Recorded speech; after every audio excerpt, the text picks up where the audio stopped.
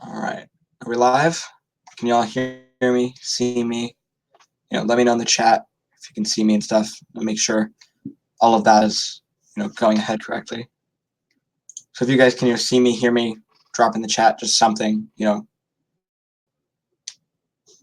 Perfect. All right. So just to start off tonight, maybe just drop in the chat, from on a scale of like 1 to 5, how confident you feel about the topic that we're talking about tonight. It's like things with moles and molar mass and doing unit conversions to convert from moles to grams and from grams to moles and stuff like that. Just a 1 through 5 on how confident you are on that kind of stuff.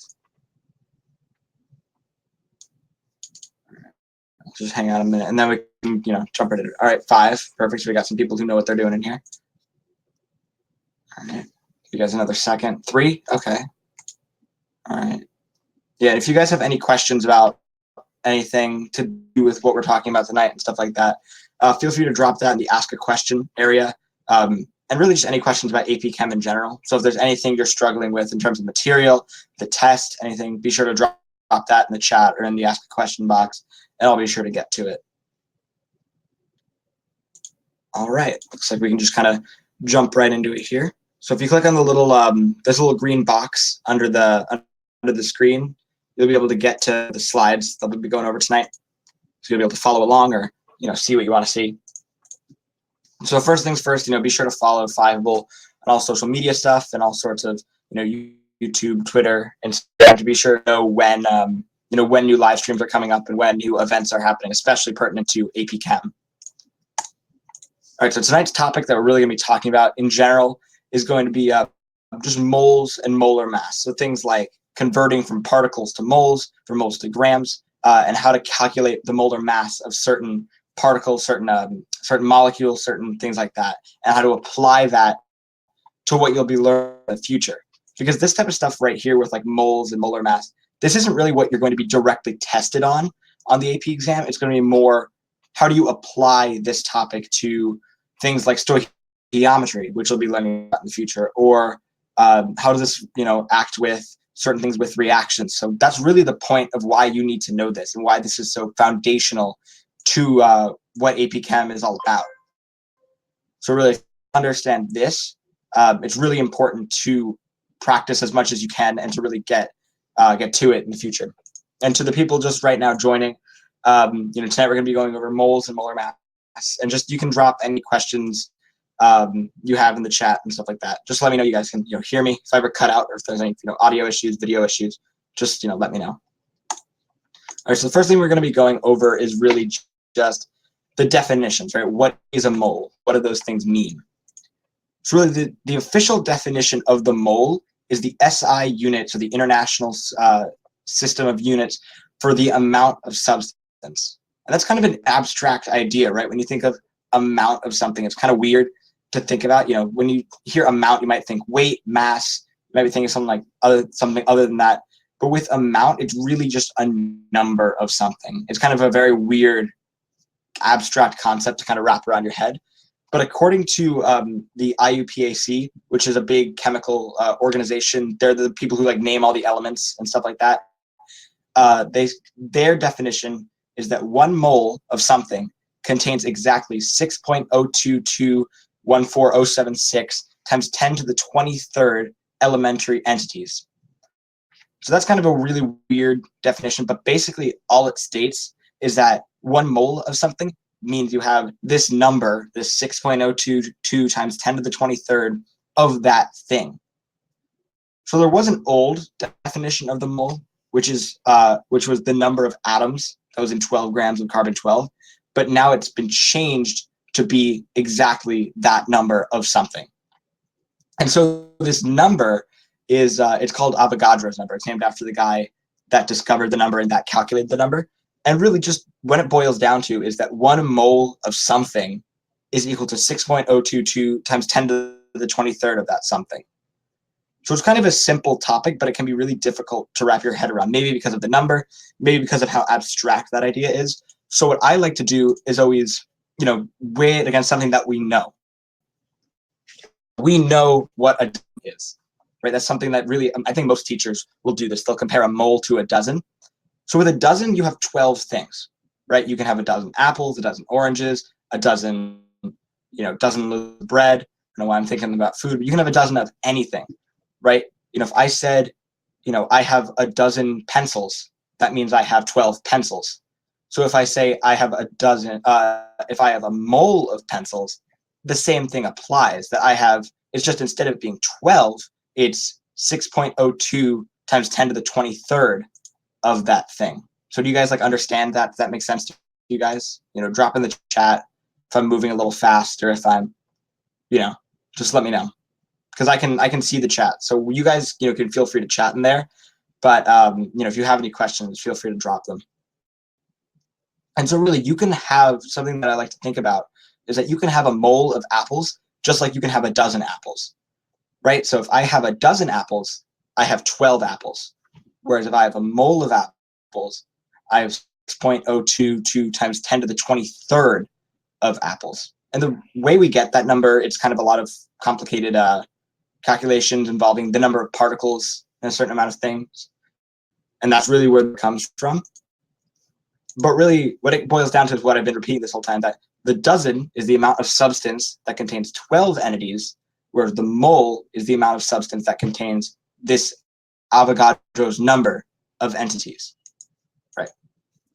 So really, while we know what the mole is, it doesn't really make sense until we try to apply it to something like converting between particles and moles, right? So the first thing we're going to do here is just a quick review of dimensional analysis, right? How do you convert from between units? How do you convert from feet to inches? And then from there, we can see how we can convert from moles to atoms or particles. So really, when we're looking at dimensional analysis, our major, this isn't a formula, but the major way you set it up is that you have your starting unit times some conversion factor is going to equal a new unit. Right, what's going on? Right. So if we're converting, let's say, 4 feet to inches, the conversion factor that we're looking at is how many inches there are in a foot, right? And then these feet cancel out, and we're left with our new unit because of this conversion factor. So our goal in these problems is to convert between atoms and moles. If I have 2.6 moles of iron, like this problem says, how many iron atoms are actually there? Right, so that's really the major type of problem that you're going to be seeing. So let's just kind of look at how we're going to do this problem. So remember, we have our starting unit times our conversion factor equals our new unit. So we can fill in this starting unit and this new unit here. And we have 2.6 moles of iron, right? That's right here in the problem. And we want atoms of iron, right? It again tells us what we want. So really what we want to find out is what is that conversion factor? So you guys have any guesses on what that conversion factor could be? If you know, drop it in the chat. What is that number that you have to multiply by or divide by in order to get to your new unit? Drop that in the chat. I'll hang out in a minute. Just guess, or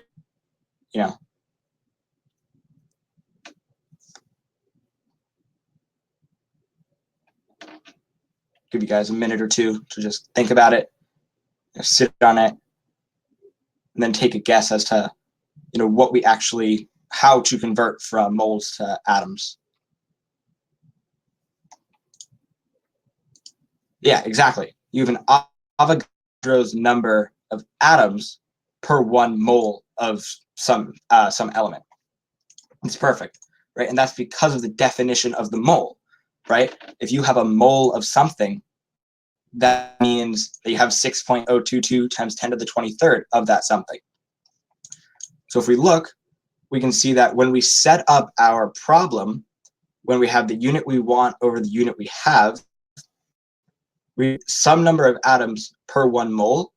Well, we know that if we have a mole of atoms, we're going to have Avogadro's number of that atom. And so we're going to replace that X right there with Avogadro's number. And that's how we would complete this problem, where you have 2.6 moles of iron. And then by doing dimensional analysis and by making sure that we know that these moles are going to cancel out, we'll be left with the number of atoms of iron. So do you guys understand that? Drop in the chat if you don't understand that, if you have any questions with it, or if you're just okay with it, just let me know. Drop a thumbs up in the chat or something like that. If you're, perfect, got this, you know what you're doing.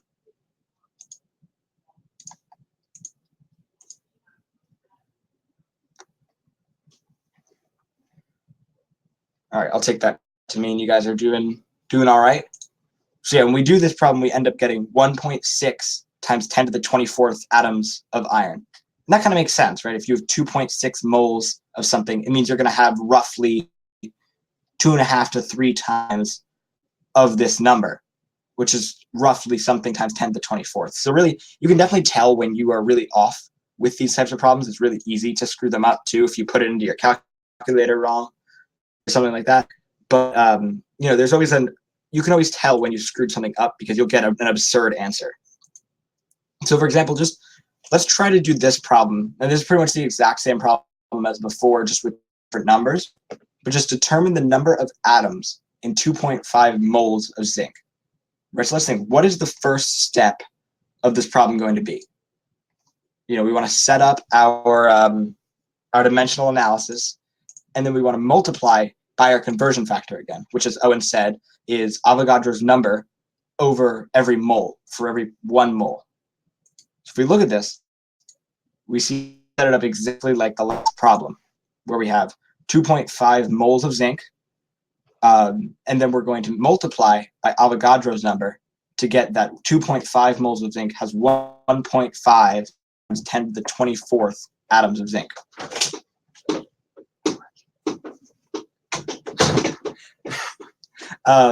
Anyway, so with this problem, we can see that it basically follows the same structure as the last one, right? We just have a number of moles of zinc, and we're going to multiply it by Avogadro's number in order to convert. All right. However, this can be flipped on its head, right? You might be told that you have 5.75 times 10 to the 24th atoms of aluminum, and you need to convert that to moles. So would you wouldn't use the same conversion factor. So what would you do? What would be your conversion factor to multiply by if you were to do this problem? Right. So what would be if we set up this problem just the same, right? Where we had 5.75 times 10 to the 24th atoms, what would our new conversion factor be so we can get to moles?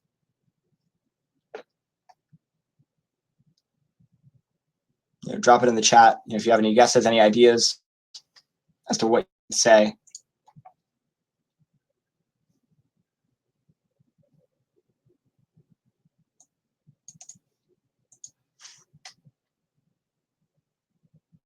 Exactly. Yeah. You're going to basically just flip your conversion factor, right? Because when you have atoms, you want atoms on the bottom of your fraction so that they cancel out, and you end with moles.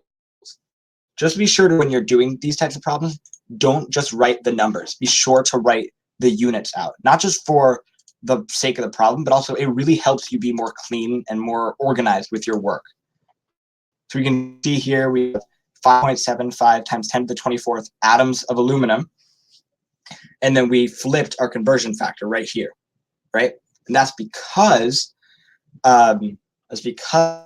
we want atoms on the bottom so that the units work, and so that we can end with moles of aluminum on the on the top. So we end up seeing that 5.75 times 10 to the 24th atoms is the equivalent to 9.55 moles of aluminum. And really, with enough practice, these types of problems really become second nature. These aren't really problems that you'll see all that much in the AP exam, because it's just dimensional analysis. It's just unit conversion. So it's really applying moles in future concepts is what you're going to see. So we're going to talk about really the most important part of learning about moles and molar mass, which is really the molar mass part, right? We learned about moles. We know that in 1 mole of something, there's this 6.022 times 10 to the 23rd of that thing, right? Well, this really plays in to converting between grams and moles. Because if you know how many moles you have of something, you really know how much of that you have. So really that connection between the mass of something and the number of moles, that's the really important part. Because then you can find, for example, how many grams are going to be produced from a certain reaction. Or, how much, water you have going into some reaction, how much salt, how much whatever reacting going into a reaction, both in terms of the actual amount of substance and the mass. So really, like I said, the molar mass is just the mass of 1 mole of something. And so that's kind of a weird way of saying it. So again, let's go back to our analogy, right? Where we have a dozen apples and a mole of apples, right? So if we say that a dozen apples has a mass of 4.5 kilograms, that's almost, I like to call it like the dozenal mass, right? It's how much mass a dozen of that thing weighs. So just the same, 1 mole of iron has a mass of 55.845 grams. So that's the molar mass of iron. If you get 6.022 times 10 to the 23rd iron atoms together, you'll end up having 55 and somewhat and 8.845 grams of that iron. And so molar mass is measured in the number of grams per mole, right? Grams per mole. So that's going to be our conversion factor when we're converting between moles and grams. So that's why molar mass is so important, because it really gives us a way to convert from moles to grams and to number of particles in a situation. So really, how do you find molar mass, right? We have this concept of molar mass, but how do we actually find what the molar mass of a certain element is? So molar mass is really, it's found on the periodic table. It's simple as that. That number under nitrogen, oxygen, fluorine, these numbers right here, these are the molar masses of that element. So if you get 6.022 times 10 to the 23rd atoms of oxygen together, you'll have 15.999 grams of oxygen. Similarly, if you get 6.02 times 10 to the 23rd atoms of fluorine together, you'll end up with 18.998 grams of fluorine. And the same thing goes for nitrogen and for any other atom on the periodic table. So for example, let's do a practice problem real quick. What is the molar mass of gold? Right, so pull up a periodic table on your computer. If you go to, I'll drop a website right here, and find for me the molar mass of gold. Right, just head over there and just give me the number. I'll give you guys a minute or two to hop in there and just find gold and tell me what the molar mass is. Drop it in the chat. 196.97. Perfect. Exactly. Right? So if we're finding the molar mass of gold, all we have to do is first find gold on the periodic table. So it's element number 79. And then the number right under it is the molar mass. So what does that number really mean? Right? So drop in the chat, like what, from what I've said and from what does that number represent? Why does that number matter? Right? What does that 196.97 grams per mole mean in pertinence to gold? So I'll give you guys just a minute to write out an answer.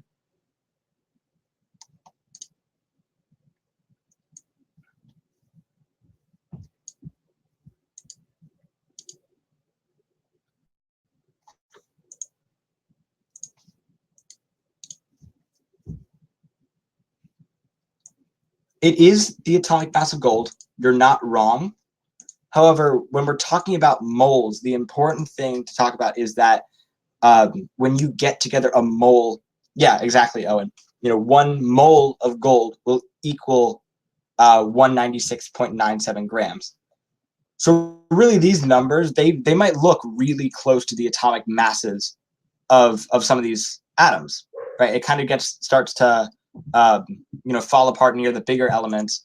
However, it might look like that, and that's really due to the fact that Avogadro's number was originally defined as the number of carbon-12 atoms, carbon-12 atoms in 12 grams of carbon-12. So it's built to kind of have this relationship between the molar mass and the atomic mass.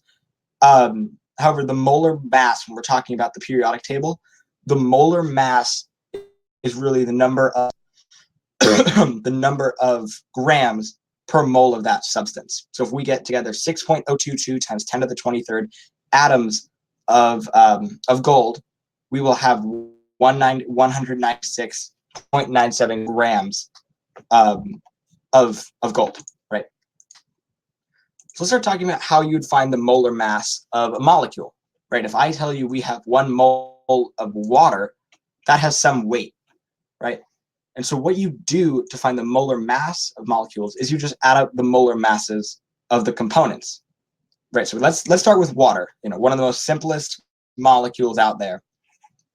It's just H2O. So we know that the molar mass of hydrogen is 1 gram per mole, and that's on the periodic table. And then oxygen is 16.00 grams per mole. I know the periodic table says 15.999, but rounding up to 16, it'll make our calculation simpler, and it really won't impact our margin of error that badly, especially with correct sig figs and stuff like that. So what we do is to find the molar mass of water, we use these molar masses, and then we multiply by the subscripts right here, because that's how much you have, right? So we have 2 hydrogens and 1 oxygen. So 2 times 1 is 2, plus 16 gives us 18 grams per mole of water, right? So that's really, if you get 6.022 times 10 to the 23rd molecules of water together, you'll have 18 grams of water. And this applies to any molecule, ionic compounds, covalent compounds, anything like that. The molar mass will remain the same for that compound no matter what. So for example, here's another one. What is the molar mass of sodium nitrate, right? So the first thing we want to do is just split it up into its components, right? 1 sodium, so we have sodium here, 1 nitrogen, so we have nitrogen there, and 3 oxygens, right? We look down here and we have 3. So we're going to do 3 times oxygen. Excuse me. So then what we're going to do is we go to the periodic table and you find sodium, you find nitrogen, and you find oxygen, and you write in those molar masses, and then you put it into your calculator and you get your answer in grams per mole. Right, and so you can see this even applies to things like ionic compounds and stuff like that. So it's not strictly covalent, it's not strictly ionic. No matter what, if you have some chemical formula, there is a molar mass for it. Right. So molar mass really, when it comes to the bottom of it, molar mass is a conversion factor. Right. If we're talking what is the mass of 1.25 moles of silver, we can just use the molar mass of silver as as the conversion factor to find the number of grams. Right, and that's the same concept as when before we used Avogadro's number to convert between moles and atoms. So, for example, if I told you, what is the mass of 2.4 moles of sulfur? What would our conversion factor be? Go to your periodic table, find the molar mass of sulfur, and write out with units what the conversion factor would be to convert from moles of sulfur to grams of sulfur. I'll give you guys another minute to do that.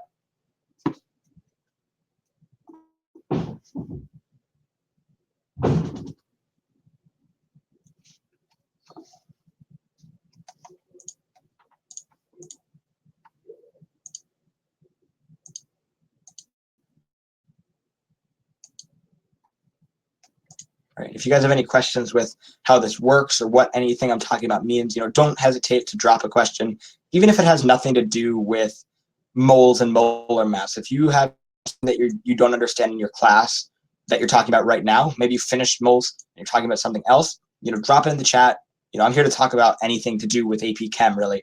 So if you guys have any questions pertinent to it, don't hesitate,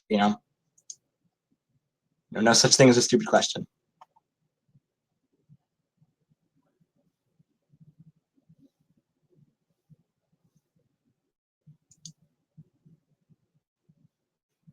And even if you don't know if you're right, feel free to take a guess. Feel free to just drop an answer. Even if you don't think it's correct, it couldn't hurt. Maybe someone's thinking the same thing and you want to see what's going on,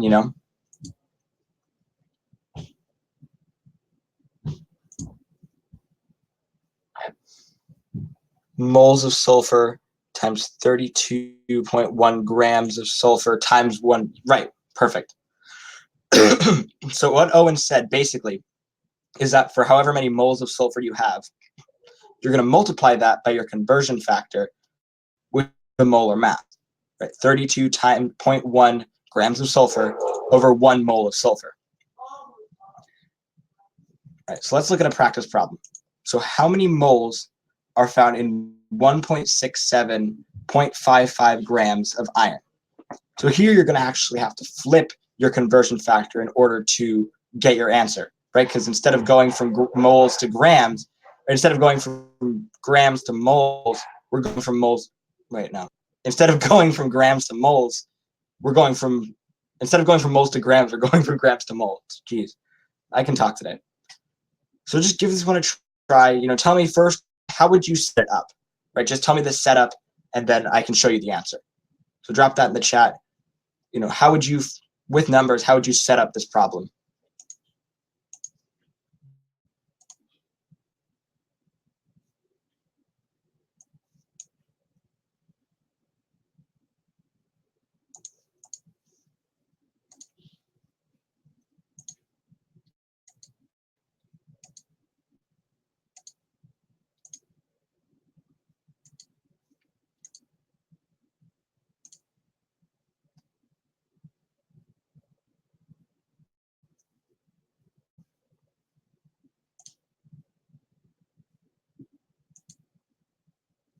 All right.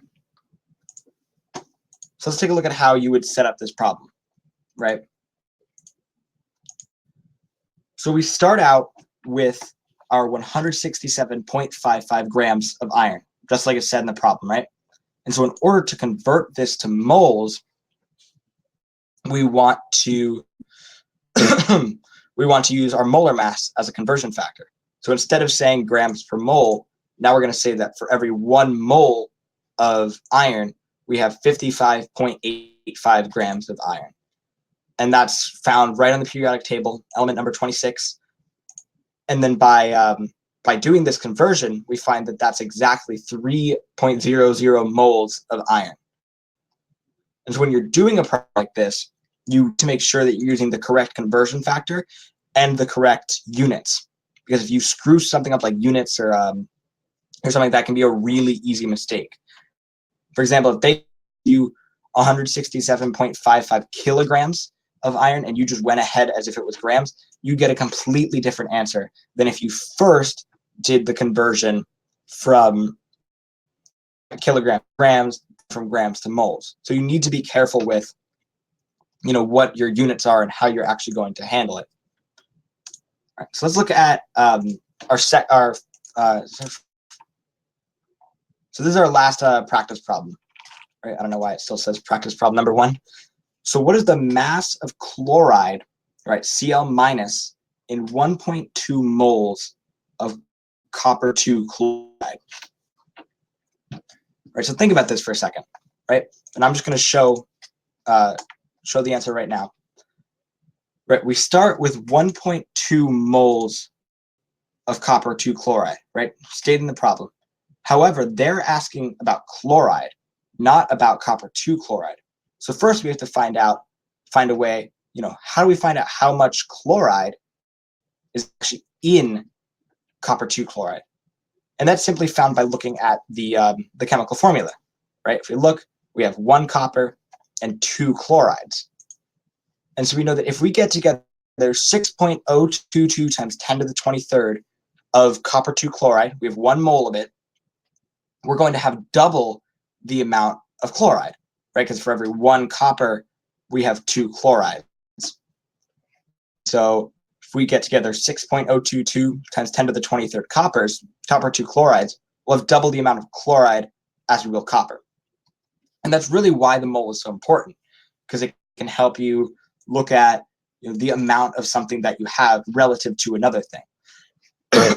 So we use this conversion factor, and this right here will give us the number of moles of chloride in 1.2 moles of copper 2 chloride. And then from there, we want to cancel out these units, right, by using another conversion factor and getting to grams finally. So really, this problem here is something that you might see on the AP exam, right? It's definitely less of a just plug and chug answer and more of a, thinking about it and how to actually interpret the problem question that you're going to kind of see on the AP exam, right? Because it requires you to know that you'll have 2 moles of chloride for every mole of copper 2 chloride. And then from there, you don't want to use the molar mass of copper 2 chloride because we're looking at chloride. So we want to see what's the molar mass of chloride. And you might be thinking, oh, I can't find chloride on the periodic table. It's the same as chlorine, because when you rip an electron off of something, the electron is so ridiculously tiny that it doesn't contribute any mass whatsoever. It's even not even considered to have, it has a mass. It weighs so little that it won't have an impact on your answer. So the molar mass of chloride is the exact same as the molar mass of chlorine. And you end up getting 85.08 grams of chloride. And if you don't understand this problem, it's okay. Lots of practice and lots of just looking through problems and just thinking, how do I do this problem? And you don't even just have to compute it. Just knowing how to approach the problem is really important. All right, so now we're, that kind of finishes up the slideshow. So now I know we see a question from Owen. If you guys have any other questions, drop them in the chat or just something to say about moles, molar mass, even just AP Chem in general, So let's start answering this question by Owen.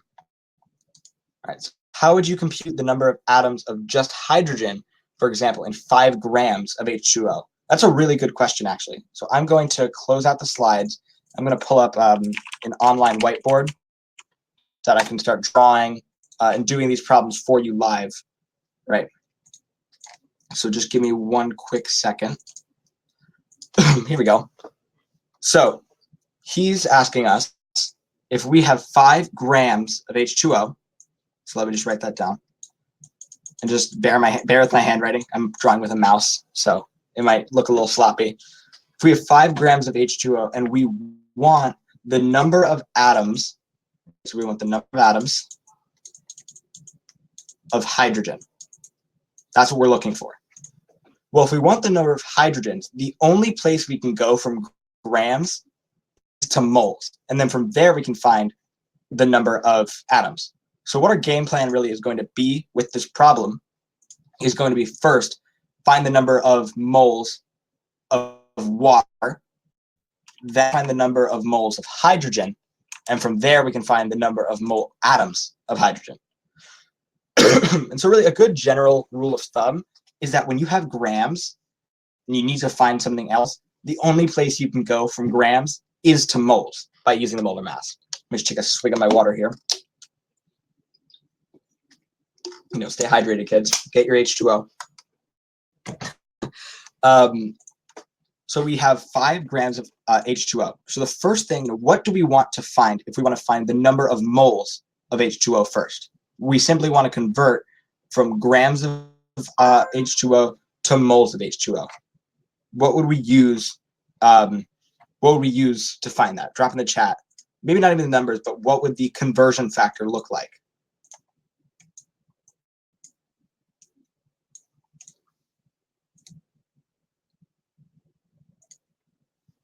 Right, so then we want to get out of this moles of H2O.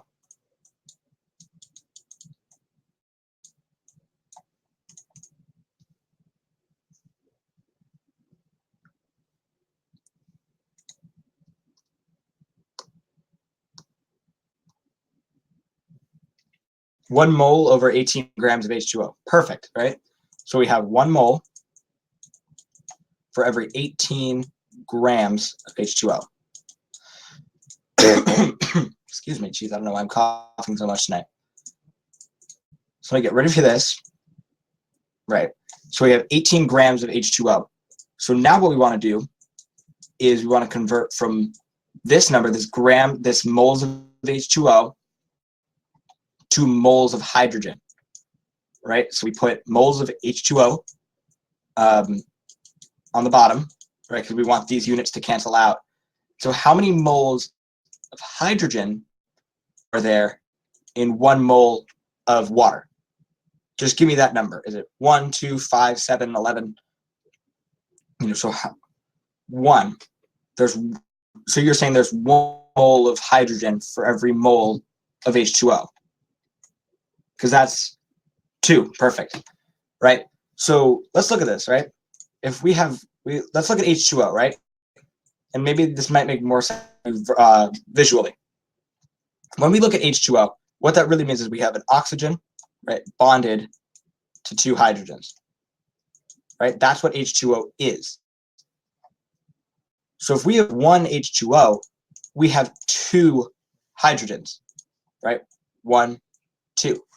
The same is just the same. If I say how many hydrogens are there in 4 H2Os, right? You could draw that out, right? If you have 4 H2Os, you'll have double the amount of hydrogen.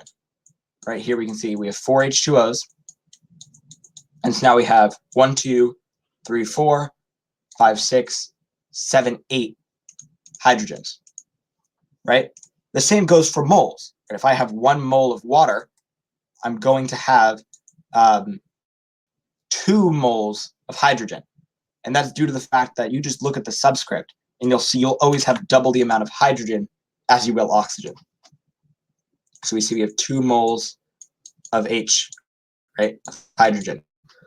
So now we want to go from moles to atoms, and then we'll finally have our answer. This is a really, really multi-step problem. I really like this question. So again, we want moles of hydrogen on the bottom. And so now we want to get to atoms of hydrogen. So what do we use now to get from moles to atoms, right? What number that we talked about that's pretty significant, right? What is that number?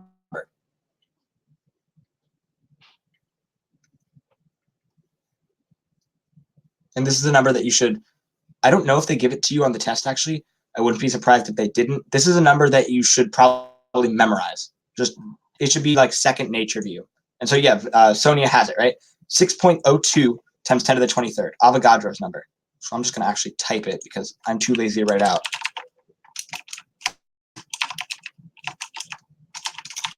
Right, and on the AP exam, they'll give you a specific, I'm sure they'll actually would give you Avogadro's number because you need a specific number of significant figures and stuff like that. And for this problem, we're kind of going to ignore sig figs a little bit because of what we're talking about.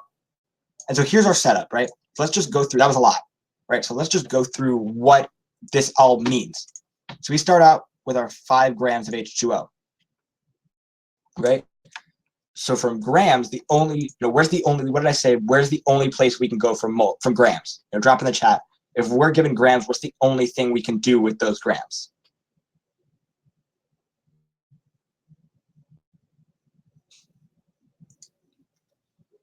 Just drop in the chat. To moles, exactly. The only place we can go from grams is to moles. With moles, you can go all over the place. But if you're given grams, you have to go straight to moles. And I would say in 99% of problems, when you're given grams, you're going to have to at one point convert that to moles. So we first take these 5 grams of water, convert that to moles right here. So now we've got moles of water, and then we convert to the number of moles of hydrogen, right? And that's because we wanted the number of atoms of hydrogen. So when we convert to the moles of hydrogen, we make sure to look at the subscript of hydrogen in H2O, which is a 2, and that's the number that goes right there. Because we'll always have double the amount of hydrogen that we'll have for every 1 mole of H2O. So we'll have 2 moles. And then for moles, we want to find atoms. And when we do that, we always want to use Avogadro's number. And I realize here I wrote 20 to the 23rd. That's a 1. It's supposed to be a 1. Let me retype that. That's embarrassing. Let me just get rid of that there. Give me a minute. That's a 1. It's supposed to be a 1. There we go. You saw nothing. So when we convert from moles to atoms, then we finally have our answer. So let's plug this into a calculator here. I can share my screen, yeah. So close video, and then I will just share my whole my whole thing here. Perfect, right? So now if we go to our calculator, right, so we can just look up like calculator, right? This is where things are going to get tricky. Actually, I'm going to use an online like scientific calculator because you guys aren't going to have like a Google calculator. So you're going to start with 5, right? When you're just putting in numbers, then you're going to divide, you're going to multiply then by 1/18, right? Then you're going to again multiply that by 2, right? 2/1, and then multiply that by again by 6.02 times 10 to the 23rd. And so we get our answer to be 3.444444 times 10 to the 23rd, which you would then, right, then you would round that down to, if we're looking at sig figs, you would round that down to maybe 3.3 or something like that. I'm not sure of the exact sig figs, but that would be your general answer. You would get something like 0.3 times 10 to the 23rd atoms. Yeah, of course. So that's the thing when you're dealing with, and you can see that makes sense, right? We have 5 grams of H2O, and that's not even half of a mole. And so it's clear that we're going to have less than Avogadro's number of that thing, right? So that really is why we got the answer that we did. And you can always look at your answer and just think to yourself, does this answer make sense? I'll be perfectly honest with you. There were some answers in the AP exam last year that made no sense whatsoever. So it's not the most, valid system, but it's definitely, if you are doing a problem like this and you end up getting that you have, 12 atoms of hydrogen, that's blatantly false. You can look at that and be like, no, something's off. Right, so does anyone else have any questions, comments, concerns, just about AP Chem in general? Let's get away from moles and molar mass, just anything whatsoever about the test, the class, in general. Hang out for another minute or two. If you guys are good, you're good for me to go, drop in the chat, right? So like if you guys just have any more questions, anything else, feel free. I'll give you guys another minute or two.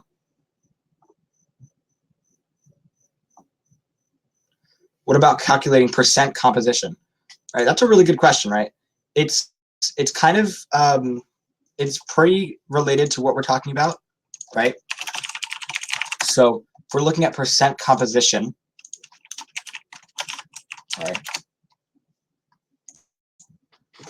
right?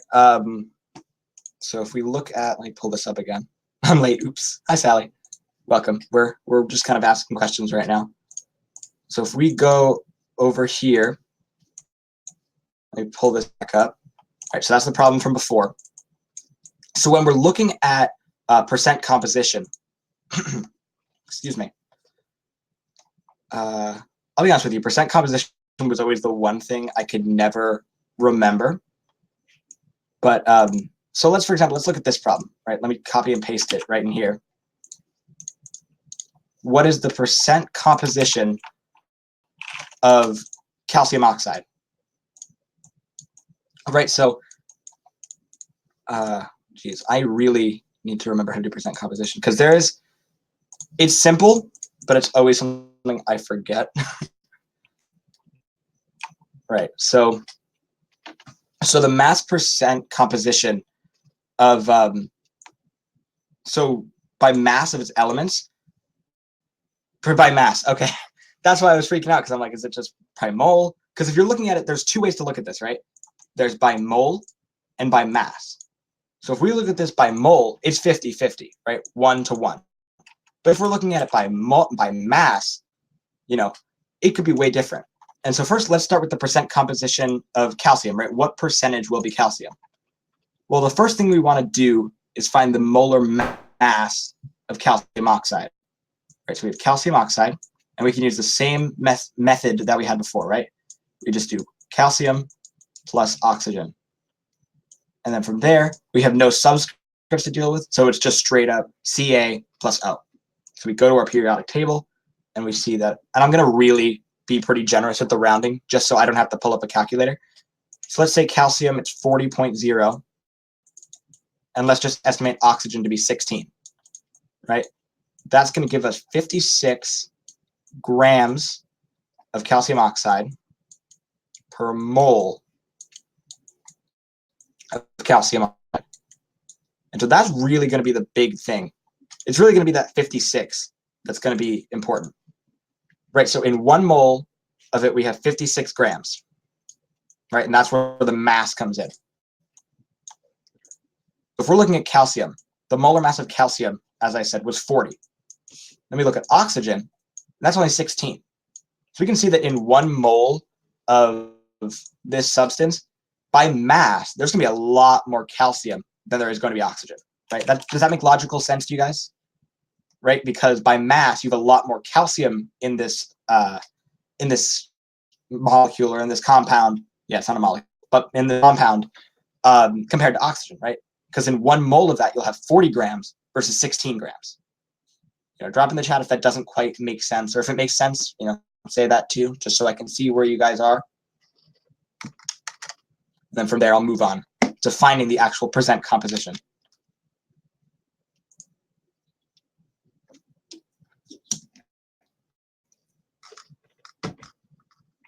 Give you another minute just to, let me know. Just let me know you're good. Understandable. Perfect. Right? Understandable. So from here, let's actually calculate it. So let's start by looking just at calcium. Right? So let's just start with calcium.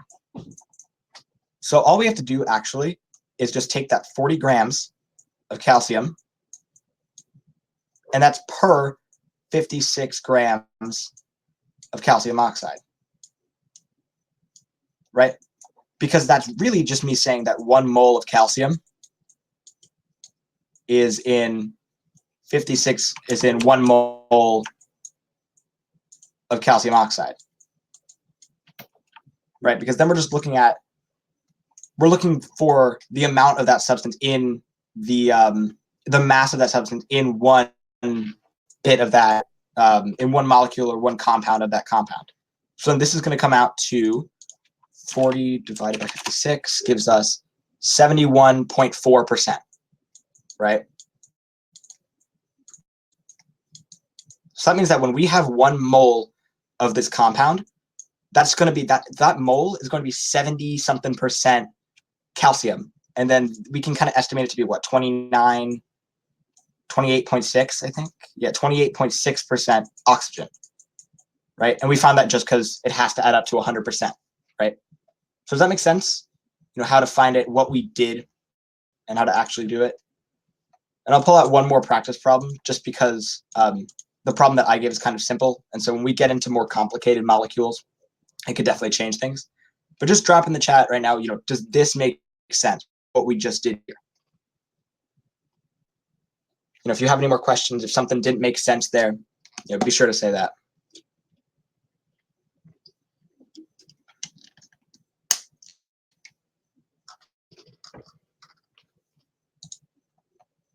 Perfect, right? All good. So now, let's do another practice problem where things might get a little bit dicey. All right, so if we are looking at, let's say, what is the percent composition by mass of, let's look at H2O, right? It's simple, but it makes sense for what I want, the point I want to make here. So first, what was the first step? Percent composition in the other way. What do you mean by in the other way? Here, let me just stop this question. Can you kind of clarify what you mean by the other way? Like you're saying if we had percent in moles? Okay, yeah, definitely. So let's start with moles then. So let's just cross that out. By mole.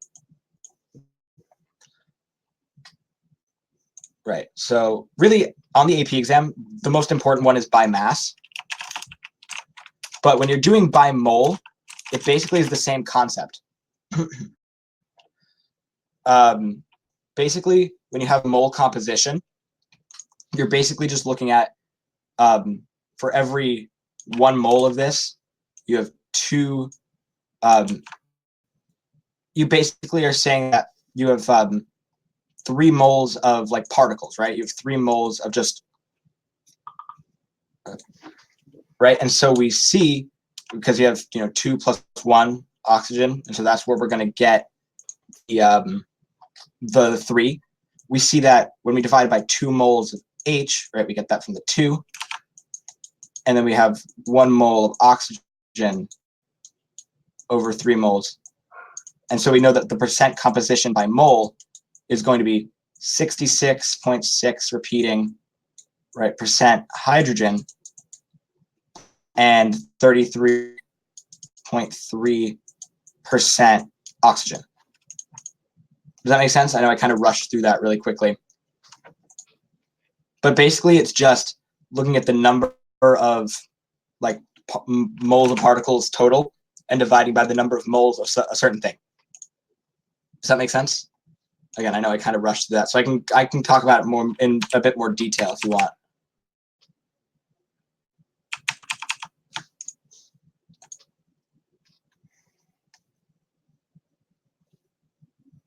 All right. So now, and I'll kind of check back to see if you're doing all good. So let's now find the percent composition by mass of H2O. Right, so our first step, just like before, was to find the molar mass of H2O. Right? So now we have 2H O, and that's going to give us 2 times 1 plus 16, and those molar masses again. Sure, okay, then I'll stop. So in more detail, okay. So let's look at this, right? If we have 1 molecule of H2O, right? Let me just cross that out and say mole again. So if we have 1 molecule of H2O, right? Let me just draw this in there, and then I can label these as H and O. So we can see that we have three things here, right? We have H and we have O, right? But three parts, right? 2H plus an O. So if we have 6.022 times 10 to the 23rd of this, basically it's saying if we have 1 mole of that, what percentage of that mole is hydrogen? What percentage of that mole is oxygen? Right. So imagine if we had 6.02 times 10 to the 23rd of this thing. But let's just first, right. Okay. I'm sorry. I'm like, when you're talking about composition by mole, it's basically saying that what percentage of this is hydrogen, what percentage of this is oxygen. So let's just boil it down to just first these 2 molecules, right? We have two H2Os. So first, what percentage of it is hydrogen? Well, we have 4 hydrogens over 6 things total, right? 1, 2, 3, 4 versus 1, 2, 3, 4, 5, 6. So we can do 4 over 6 is equal to 2 over 3, which then gives us 66 or 66.6%. So does that part make sense? And then the same applies if we had a billion molecules or 6.02 times 10 to the 23rd molecules. You'd always end up getting 2 hydrogens for every 3 atoms, right? Yeah, I multiplied it by 100. Right, exactly. So when you're doing percentages, it always adds like a times 100 at the end, because then you'll get the actual percentage. But really, for example, if we're looking at 2/3, 2/3 as a decimal is 0.6666, so on and so forth, and it repeats infinitely. So really, all you have to do to get the percentage is just move that decimal point over twice, and you'll get 66.6%. And that little bar right there means infinity, right? Then just they're infinite 6s that keep repeating and repeating and repeating. And then from there, once we have the other thing, because we're looking at just 2 things for now, then all you have to do is find the complementing part to find 100. In other times, you might have to find all of the parts using the same method that I just did here. But for now, right, we can then see that, let's actually do that, right? We have these 2 molecules here. So we have 2 oxygens, right?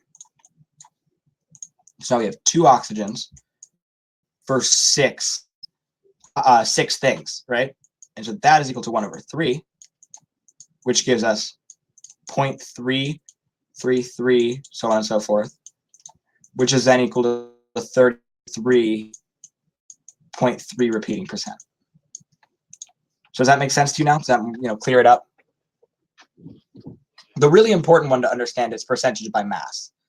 I actually haven't until tonight seen percentage by mole, at least on a practice test or any sort of AP style thing. Perfect. So now let's move on to percentage percentage by mass of H2O. Right? Here we go. So the first step of this, like we said, is to find the molar mass of H2O, which we found a couple times tonight to be 18 grams per mole.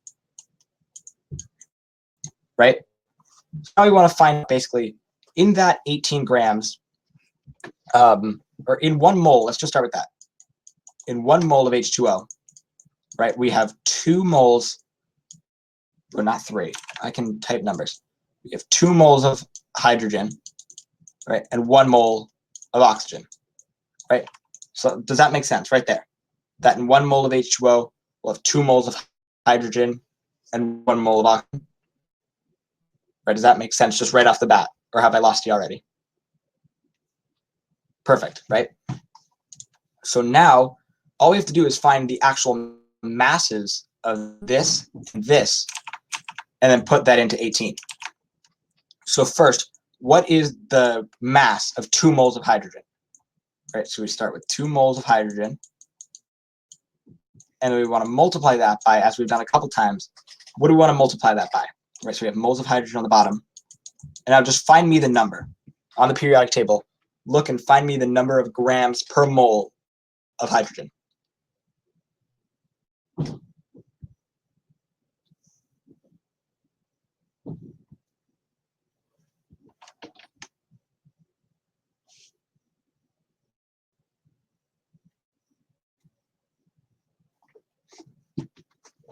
Right, so if we look on the periodic table, we can see that if we look at hydrogen, right, and we see right under the hydrogen, we see 1.008.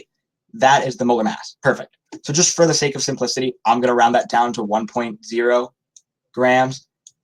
If you want to be super precise, no, you're right. You're right. 1.008 is the correct answer. I'm just going to round it down for the sake of simplicity here. But you're not wrong. If you did this with that number, you would be perfectly correct, and you would probably end up getting an even more correct answer, actually. But just for now, just so I don't have to use a calculator, I'm going to use 1.0. And really, for the sake of all your calculations in the future, you can estimate hydrogen to be 1 and nitrogen to be 14, like that. It's when you start getting to like things like lithium, you can't say 7. With lithium, you kind of have to say 6.94. Or magnesium, you have to say 24.3.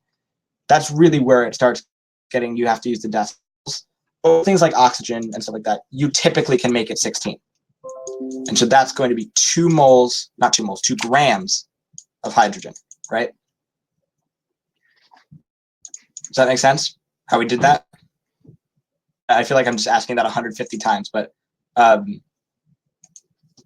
yeah. Just making sure that y'all are all right. Okay. So now we actually don't, actually let's do it. I was going to say something, but let's just do it. So we have 1 mole of oxygen. And from there, we're going to multiply that again by its molar mass. So as we said before, that's 16 grams per mole of oxygen. And that's going to give us, just multiplying by 1, 16 grams. So that's the bulk of our work. Just finding this part was the really important part. And that's why I brought up this problem, because before, when we were dealing with calcium oxide, it was 1-to-1. Whereas here, it's not proportioned out the same, right? We have more moles of hydrogen than we do oxygen. So now what we want to do is do the same thing we did before, right? With hydrogen, we have 2 grams per 18 grams of H2O, right? Grams of hydrogen. And so that'll be 1/9, I think. Yes, which is equal to 0.11 repeating. which gives us 11 point, and I'm just going to say 1%. All right, so there's how we found hydrogen. So now we want to do the exact same thing for oxygen, right? So we have oxygen is equal to 16 grams per 18 grams of H2O. Right, so you can see even though we had more moles, the mole composition of this implied that we had 2/3 hydrogen and 1/3 oxygen. But here, it's implying that we, by mass, only 11% of this is hydrogen. So that's the importance of really, you can't look at this and be like, oh, there's going to be a ton more hydrogen in here. By mole, yes, but by mass, if we do 16 divided by 18, that's what? That's 0.88. That's 8/9, right? Is equal to 0.88 repeating equals 88.8%. Right, and you would end up, if you wanted to do this problem with that relative amount of sig figs, you would want to round that up to 0.9, right? So 88.9%, but it's just a matter of making it add up to 100. So that's really how we did that problem. So that's really how you do percent composition with anything in AP Chem. And it's really important to be able to understand things with moles because of problems like this. If you don't understand moles and molar mass and the stuff we went over tonight, a problem like this is basically impossible, right? So it's really important to do lots of practice if you're stuck on stuff like that, to do lots of practice. Right. So you guys have any more questions, or are we good? If you here, I'll drop maybe some of my. If you guys want, I can put in some of my social media and stuff if you want to keep asking me questions and stuff. Yeah. All right, looks like we're good for tonight. If you guys have any more other questions, you can use Google for anything. I'll be going live throughout the year. We have a bunch of really great chem streamers. I think there is actually another chem stream going on tomorrow, I want to say. Let me look. Serene is going over composition of mixtures tomorrow, which I'm sure is going to include percent composition. So this was kind of a preview of her whole stream. And just be sure there are a ton of resources out there, a ton of different types of things to use to make AP Chem. Definitely, it's a very difficult class, so try to make it as easy as possible on yourself. All right, so I will end it here. We're testing something. So I'll end this here. I'll see you guys whenever I see you, and I'll talk to you guys later.